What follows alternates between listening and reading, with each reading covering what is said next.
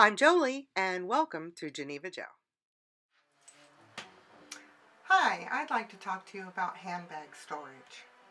Now, what I usually do is I keep mine in my climate-controlled closet that cost $150,000 to build, and then every day I have my maid go in and dust them off lightly with a feather duster. I'm just kidding. I live in Florida, and it's very humid here. I used to keep my bags in the top of my closet in dust bags, but I couldn't see them. And that causes some problems. You have to take the dust bag off, and you're not quite sure which one's which unless you make labels and keep them in the same place every time. When they're out of sight, they're out of mind. You might be kind of browsing online and think, ooh, that bag's cute, not realizing that you have one that would probably serve the same purpose if you just go unbag your collection and take a look. That happened to me, or I wouldn't have brought it up. Also in Florida, it gets really humid. And so if you didn't have air conditioning for a while, for whatever reason, like a pole's knocked down the road, the bags could actually end up, if it gets hot enough and wet enough, sticking to the bags. So I don't like to keep them in their bags because then I can't see them. What I like to do is keep them in a glass cabinet behind me here. This is not my closet, obviously, and this is not my bedroom, obviously. So they're not with my wardrobe, but whenever I want to change bags, I just come up and I can see them right through the cabinet here. Now, I do live in Florida, and sometimes we get hurricanes. You've probably heard of them. There's been a few recently. And what that can do, where I live, because I live outside of Orlando in a more rural area, and we didn't lose our power this year, but last year we lost our power for 2 weeks. So we definitely don't want them in a bag stuck in the top of a hot closet reaching almost 90 to 100 degrees and with all that humidity in the air.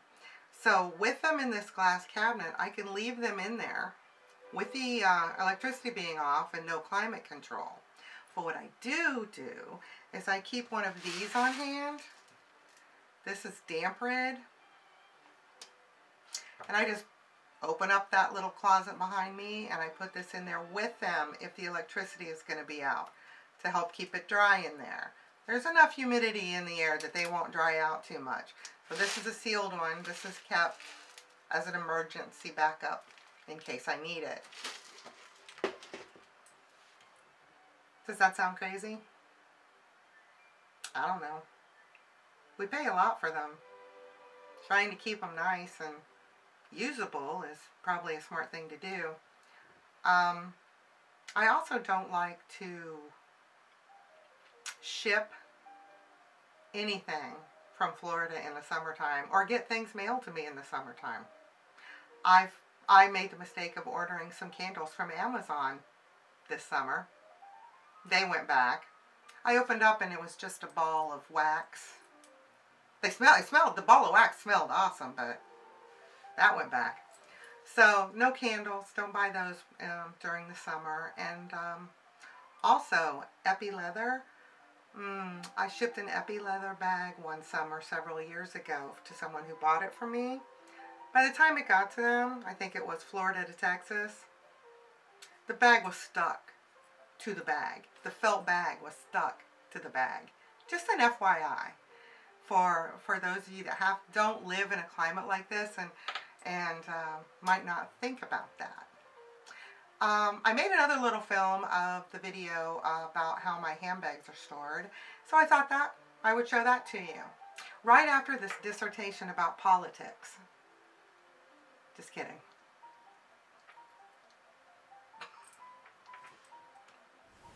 Okay, so let's get started. It's very simple. I have Billy bookshelves from IKEA. And uh-oh, lady with a label maker. Lady with a label maker, it's dangerous. So each bag actually has a label.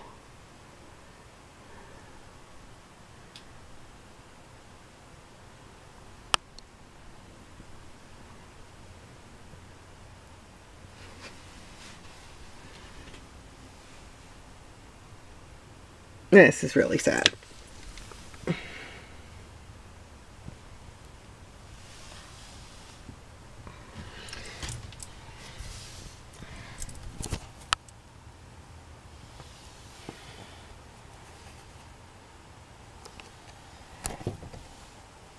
SLGs.